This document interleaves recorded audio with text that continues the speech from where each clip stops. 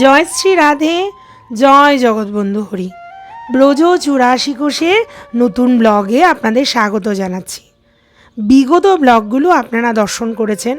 সেখানে আমরা বর্ষানা, নন্দগ্রাম, কাম্যবন, চরণ পাহাড়ি বহু দর্শন আমরা করলাম।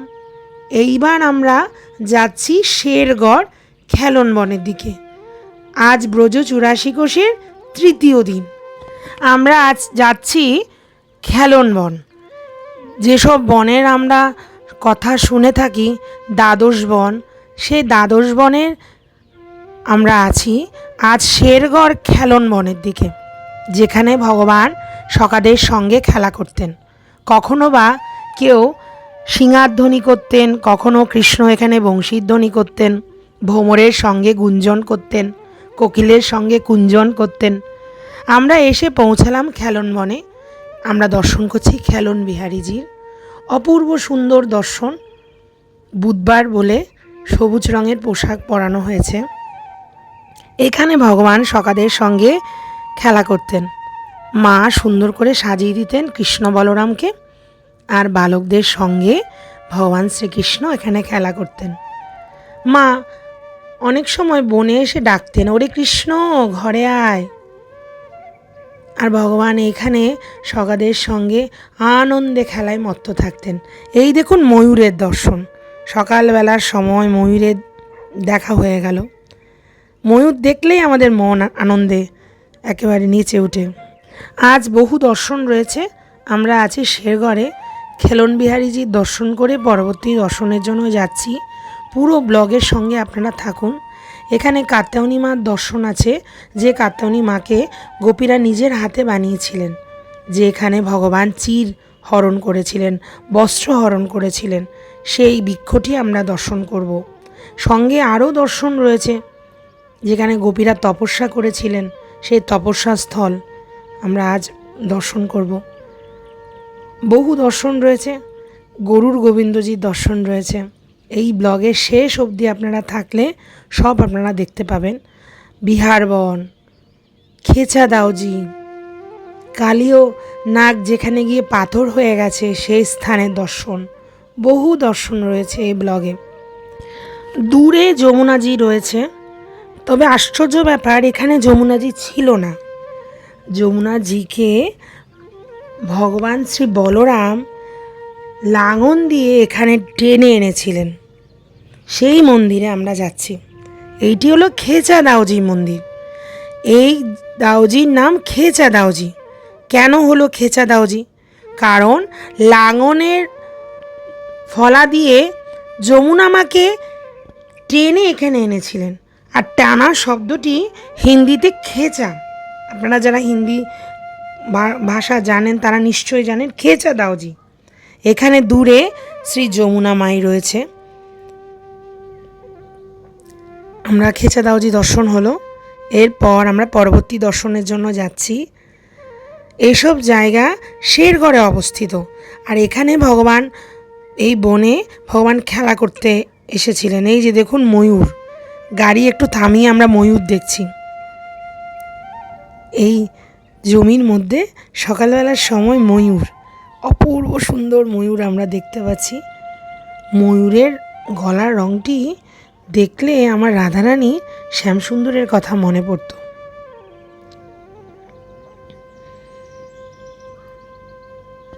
এই যে দেখুন ময়ূর দর্শন।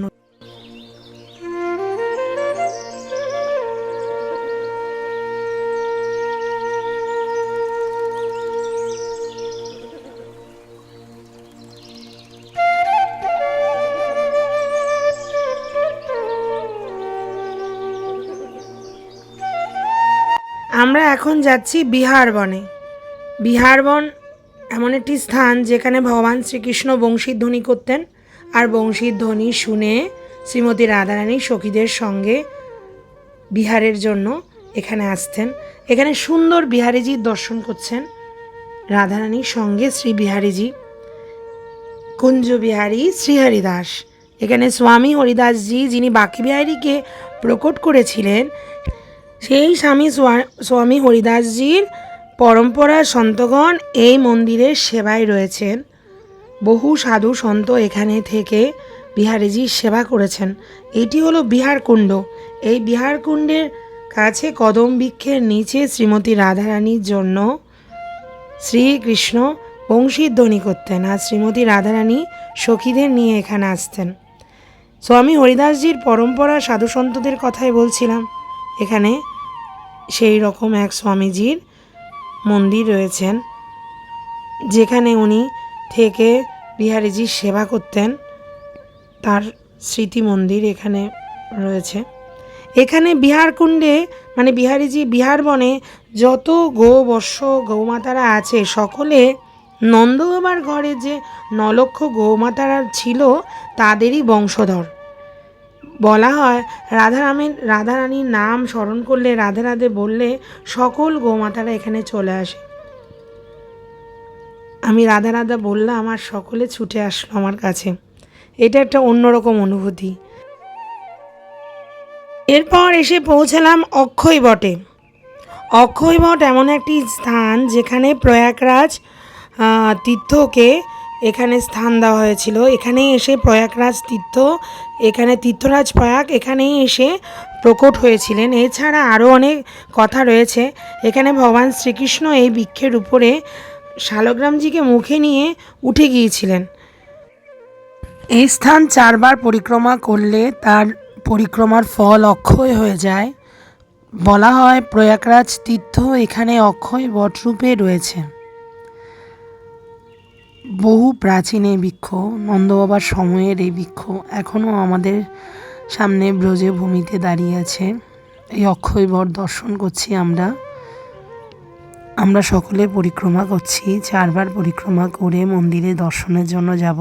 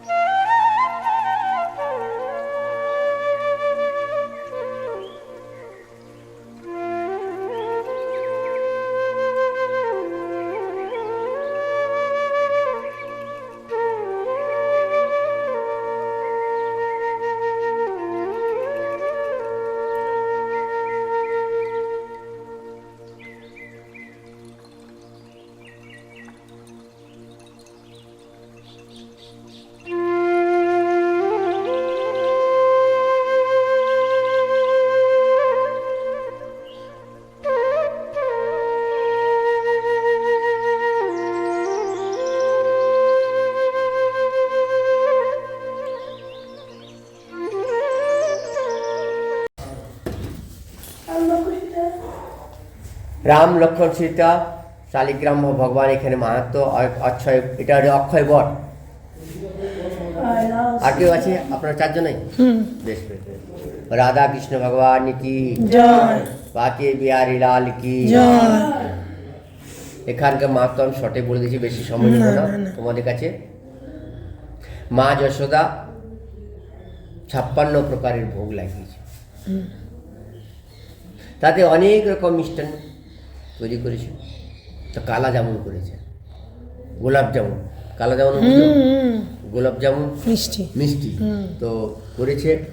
আর 56 রকম সব, তখন তো বাজার থেকে কিনা হতো না, সব বাড়িতেই বানাতো। তো তাতে রেখেছে মাঝে মাঝে শালিগ্রাম ভগবান, আর পানও ভোগ লাগিয়েছে। তো কানা বলছে মাকে, মা আমায় খুব খিদে পেয়েছে, আমায় কিছু খেতে দাও। বলছে থাম লালা, ঠাকুরের নিবেদন করে নি তারপরে তোকে দেবো। বলছে না না, এগুলোতে আমাকে দিয়ে দাও, তারপর তুমি নিবেদন করবে। না না, বেশ। কানাকে কোন রকম তো বোঝানো হলো যে কানা, যশোদা মা এদিক ওদিক বাড়িতে কাজে ব্যস্ত হয়ে গেল। তারপরে কীর্তন হতে লাগলো, ভজন হতে লাগলো, সব মগ্ন হয়ে গেল। তার ভিতরে কানা চুপু চুপু এসে পড়ে, মা কালা জামুন বানিয়েছে। কালা জামুন বেড়ে পরে দুটো শালিগ্রাম ভগবানকে তুলেছে, আর তুলে পরে সোজা বটবৃক্ষের উপরে চেপে গেছে। মা যশোদা ওদিক থেকে আসছে, দেখতে ঠাকুরজি নেই, কানাও নেই। খোঁজ করা হচ্ছে, কোথায় গেল কানা, কোথায় গেল কানা। কানা তখন কোথায় করে, বটবৃক্ষের উপরে চেপে বসে আছে।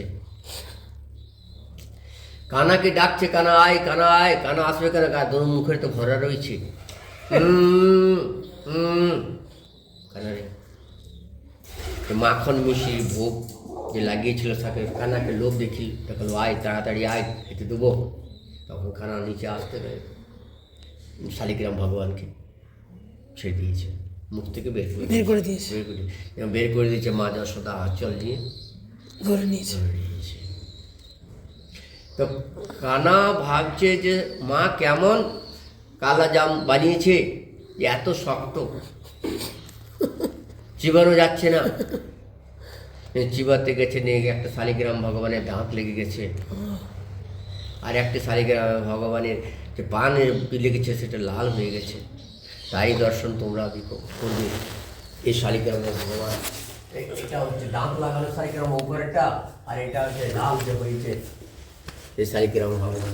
দাঁত লাগানো কোনটা? দাঁত উপরেরটা, দাঁত লাগানো। আর এটা হচ্ছে যে পানের বলেছে হচ্ছে ওটা।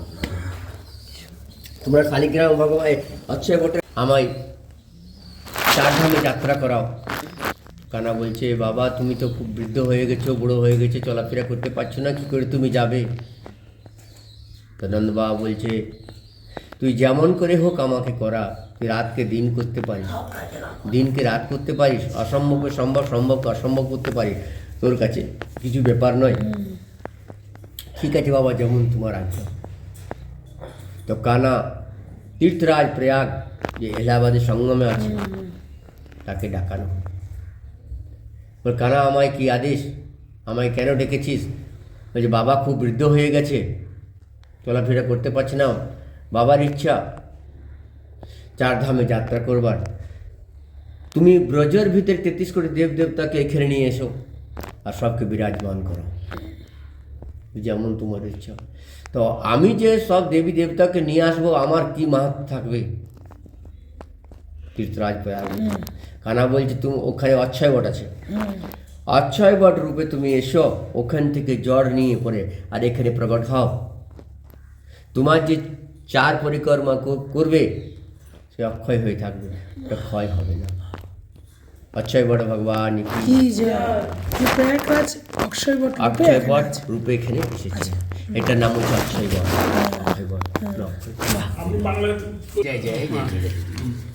অযোধ্যায় কোথায় ভালো, তাহলে বাবা কোথায় ভালো লাগে আপনার? এখানে না অযোধ্যা? সব জায়গায় একই একই, সব একই। ওখানে প্রভু তুলসীদাসজি রামজি, ওখানে প্রভু সেবা, এখানে প্রভু খুব ভালো লাগছে। এখানে প্রভু সেবা, ওখানে প্রভু সেবা, দুজনে যদি মজা যায়, খুব সুখী রও ভগবান। এতক্ষণ আমরা শুনছিলাম বাবার মুখে কথা। এখানে শালগ্রামজির মধ্যে যে খয়েরি রঙের যে শালগ্রামজি, সেইখানের উপরে ভগবান শ্রীকৃষ্ণের দাঁতের ছাপ রয়েছে। আর কালো রঙের যে শালগ্রামজি, সেইটি মনে করে গোলাপ জামুন মনে করে মুখের মধ্যে নিয়ে নিয়েছিল দুটো, একটাতে দাঁতের ছাপ আছে আর একটা মুখের ভিতর ছিল। এখানে তুলসীদাসজির বৈঠক আছে, তুলসীদাসজি বসে আছেন পাশে। শ্রী বিগ্রহের মধ্যে রাম, সীতা, লক্ষ্মণ, আর সামনের যে শালগ্রাম, এই দুজন শালগ্রাম, একজন উপরে ভগবান শ্রীকৃষ্ণের দাঁতের ছাপ রয়েছে। অপূর্ব একটা পবিত্র জায়গায় আমরা এসেছি। অক্ষয় বট আমরা দর্শন করলাম। আপনারা যদি 84 কোষ আসেন অবশ্যই এই অক্ষয়বট দর্শন করে যাবেন।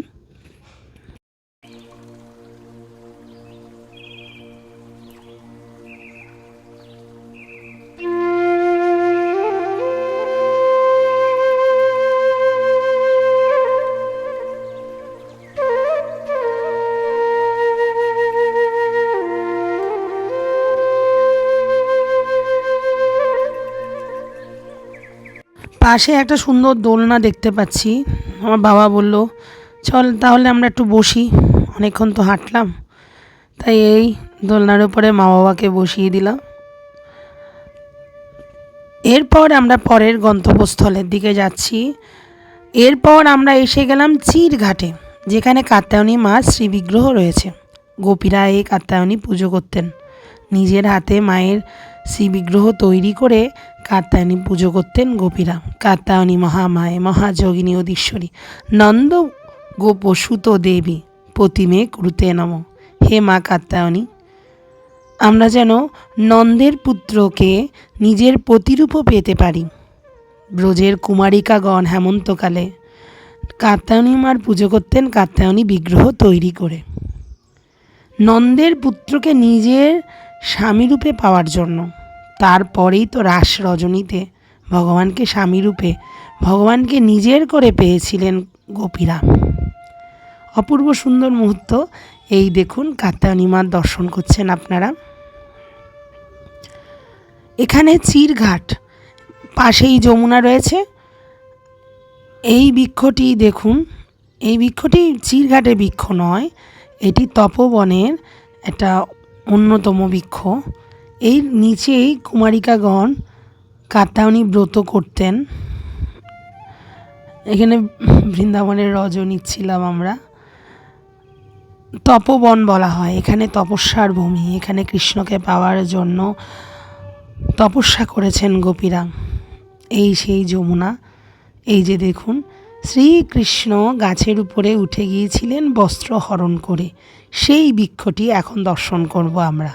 এই সেই বৃক্ষ, যেই বৃক্ষের উপর ভগবান শ্রীকৃষ্ণ গোপীদের বস্ত্র চুরি করে উঠে গিয়েছিল। অমর হয়ে গেছে সেই বৃক্ষ। সকলে এই বৃক্ষের মধ্যে কাপড় মানত করে বেঁধে যায়।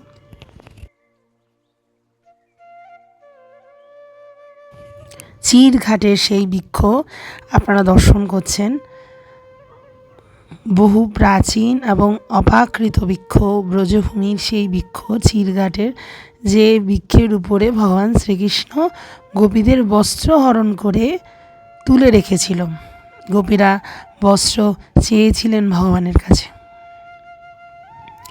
বস্ত্র হলো আমাদের দেহের একটা লজ্জা। ভগবানের কাছে যেতে হলে ভয়, লজ্জা, কোনো রকম কিছুই যেন থাকতে পারে না। কারণ ভগবান হলো পরমাত্মা, আমরা হলাম তারই অংশ। খুব সুন্দর এই জায়গাটি। দেখুন রাধা গোবিন্দের শ্রী বিগ্রহ রয়েছে। এখানে এক বাবাজি আছে, আপনারা আসলেই দর্শন করতে পারবেন। খাটিয়া বাবা সম্প্রদায়ের বাবাজি এখানে রয়েছে। আর সকলে না বস্ত্র দান করে যায়। এত বড় বড় করে শাড়িগুলো এইভাবে ঝুলিয়ে রেখে গিয়েছে। ছোট্ট একটা গোপাল এখানে রয়েছে। বৃক্ষটা একবার দেখুন, বহু প্রাচীন, একদম জীবন্ত বিগ্রহ। আমার কাছে বৃক্ষটি জীবন্ত লাগছে একদম।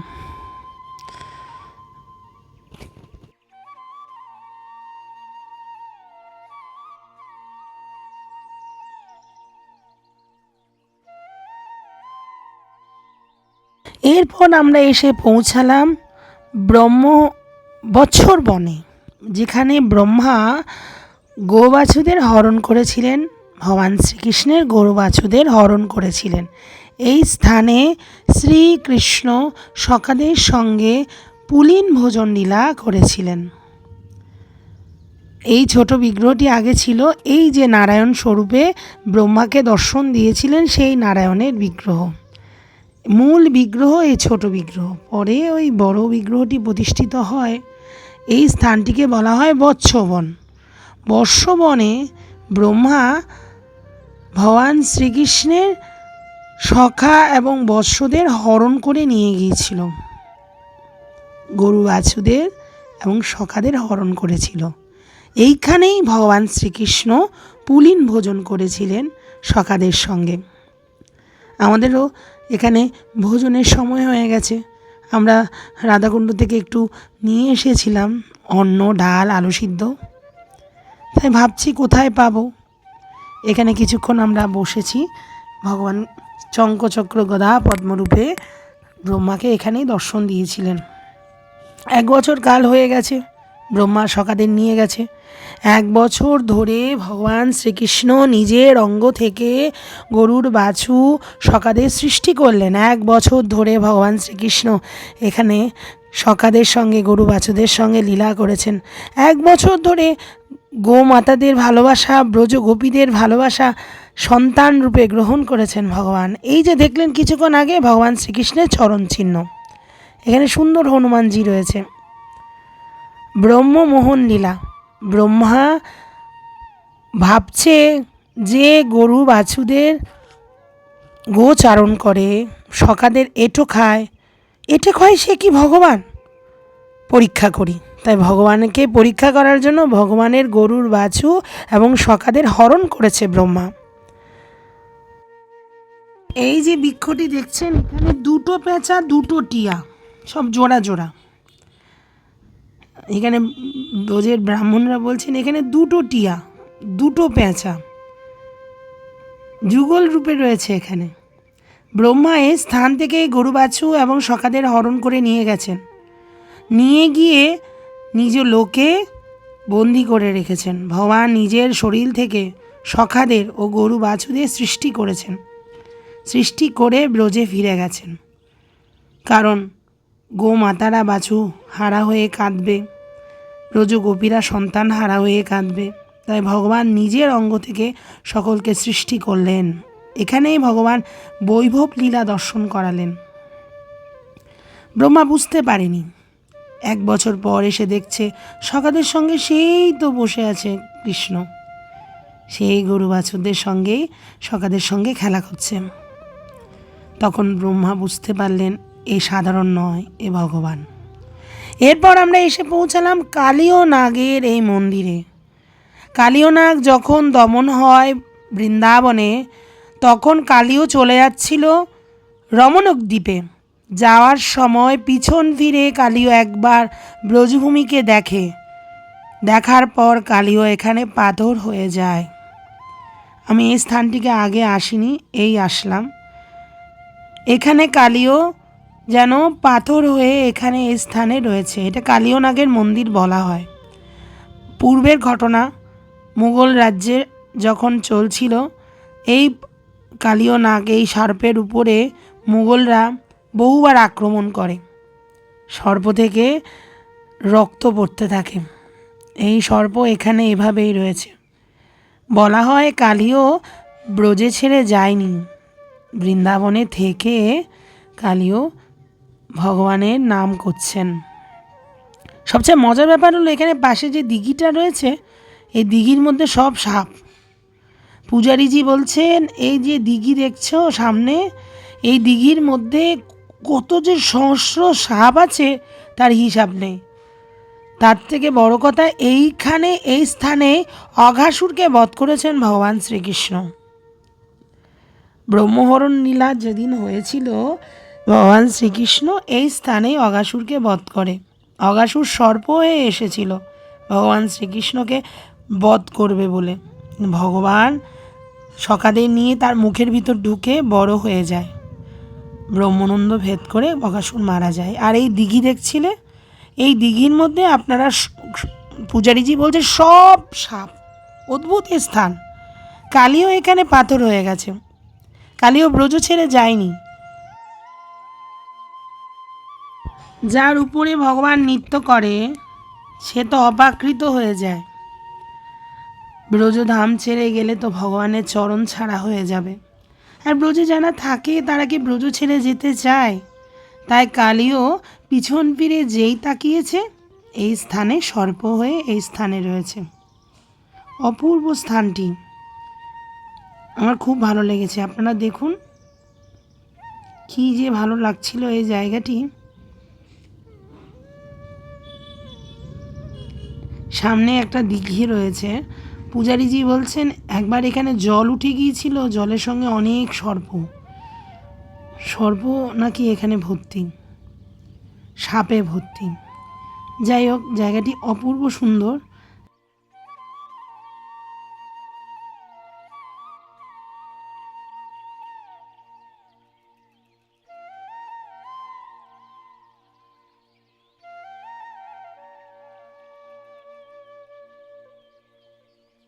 এরপর এসে পৌঁছালাম চৌমুহা, যেখানে ব্রহ্মা স্তুতি করেছিলেন ভগবানের শ্রীচরণে। এই স্থানে মন্দিরটি বন্ধ ছিল। মন্দিরের শ্রী বিগ্রহ আমি আপনাদের দেখানোর চেষ্টা করব। ব্রহ্মা সকাদের ও গোবাছুদের হরণ করে নিয়ে গেছেন 1 বছর পর। ব্রহ্মা যখন আসলেন, দেখলেন ভগবান সখা ও গরু বাছু দিয়ে খেলা করছে। তখন ব্রহ্মা দেখতে পেলেন গরুর বাছু সখারা আর কেউ নয়, সকলেই ভগবানের শঙ্খচক্র গদা পদ্মরূপী ভগবান। গরুর বাছুর ঘণ্টিটাও ভগবান, দড়িটাও ভগবান, হাতে সখাতে যে পাচনি আছে সেটিও ভগবান।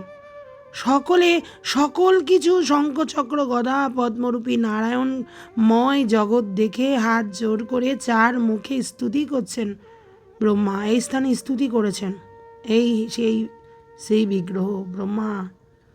এরপর আমরা এসে পৌঁছালাম গরুর গোবিন্দতে। গরুর গোবিন্দটি ছটিকড়া রোডের মধ্যে পড়ে। শ্রী রাম অবতারে ইন্দ্রজিৎ যখন ভগবান শ্রী রামচন্দ্রকে নাগপাশে আবদ্ধ করেন, শ্রী গরুর তখন শ্রী রামের বন্ধন মোচন করেন। তখন রামের ভগবত্তার সম্বন্ধে গরুরের একটু সন্দেহ হয়। শ্রীকৃষ্ণ অবতারে গরুর কৃষ্ণকে দর্শন করার জন্য ব্রজে আসে। শ্রীকৃষ্ণের বিভূতি দর্শন করে হাউ মাউ করে অতি আর্তনাদ করলেন এবং বহু স্তুতি করলেন ভগবান শ্রীকৃষ্ণের। এছাড়াও শ্রীদামা সুদাম মধুমঙ্গল বলরাম শ্রীকৃষ্ণ সখাদের সঙ্গে যখন খেলা করত, একবার শ্রীদাম গরুর রূপ নিয়েছিল। ভগবান শ্রীকৃষ্ণ শঙ্খচক্র গদা পদ্মরূপী নারায়ণের রূপ নিয়ে এখানে খেলা করতে করতে এখানে এসেছিল। এই স্থানেই শ্রীদাম গরুর রূপ ধারণ করে, গরুরের রূপ ধারণ করেছেন, ভগবান নারায়ণের রূপ নিয়েছে। এই যে নিচে দেখছেন গরুর পক্ষী, আর উপরে নারায়ণকে দর্শন করছেন, আর পাশে মা লক্ষ্মী। অপূর্ব সুন্দর একটি দর্শন হচ্ছে। আপনারা দেখুন গরুর গোবিন্দের দর্শন, ছটিকড়া রোডের মধ্যে পড়ে। অদ্ভুত দর্শন। সময়টা অনেকটা বিকেলের দিকে। আমরা এর পরের গন্তব্যের দিকে যাব, কিন্তু আমরা অপূর্ব দর্শন করছি আর মন এত আনন্দিত হচ্ছে। এখানে একটা বিবাহ অনুষ্ঠান হচ্ছে, বিয়েটা এখানে হচ্ছে। আচ্ছা, যাই হোক, এরপর আমরা ভূতেশ্বর মহাদেব দর্শনে যাব, কিন্তু ওই যে বললাম বিকেলবেলা, তাই মন্দিরটি একটু বন্ধ আছে। ভূতেশ্বর দর্শন করতে আমরা বেরিয়ে যাব। মথুরার উপরে এই সুন্দর শ্রী মহাদেবের দর্শন হচ্ছে। ভূতেশ্বর মহাদেবের মন্দিরটি সিঙ্গার চলছিল, পাশে এই মন্দিরটি খোলা আছে। দেখুন এখানে মহাদেবের অপূর্ব দর্শন। আহা, কি মনোমুগ্ধকর রূপ মহাদেবের।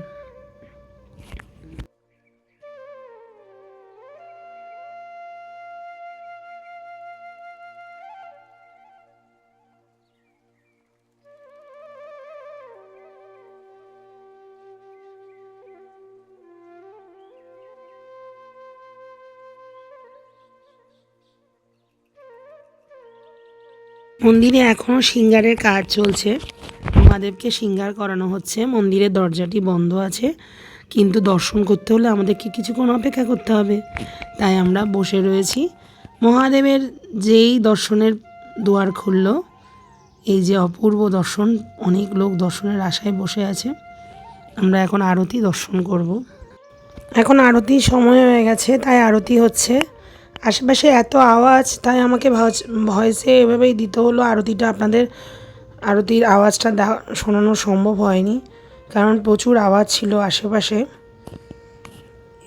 এই পূজারীজি, আপনারা ভাবছেন প্যান্ট পরা কেন, এরকমভাবেই পুজো করছিল। ব্রজবাসীরাই যেমন করেই পুজো করে তাই পবিত্র। আর দেবাদিদেব মহাদেব, তিনি তো আশুতোষ, যাটুকুই দেবেন গ্রহণ করবে।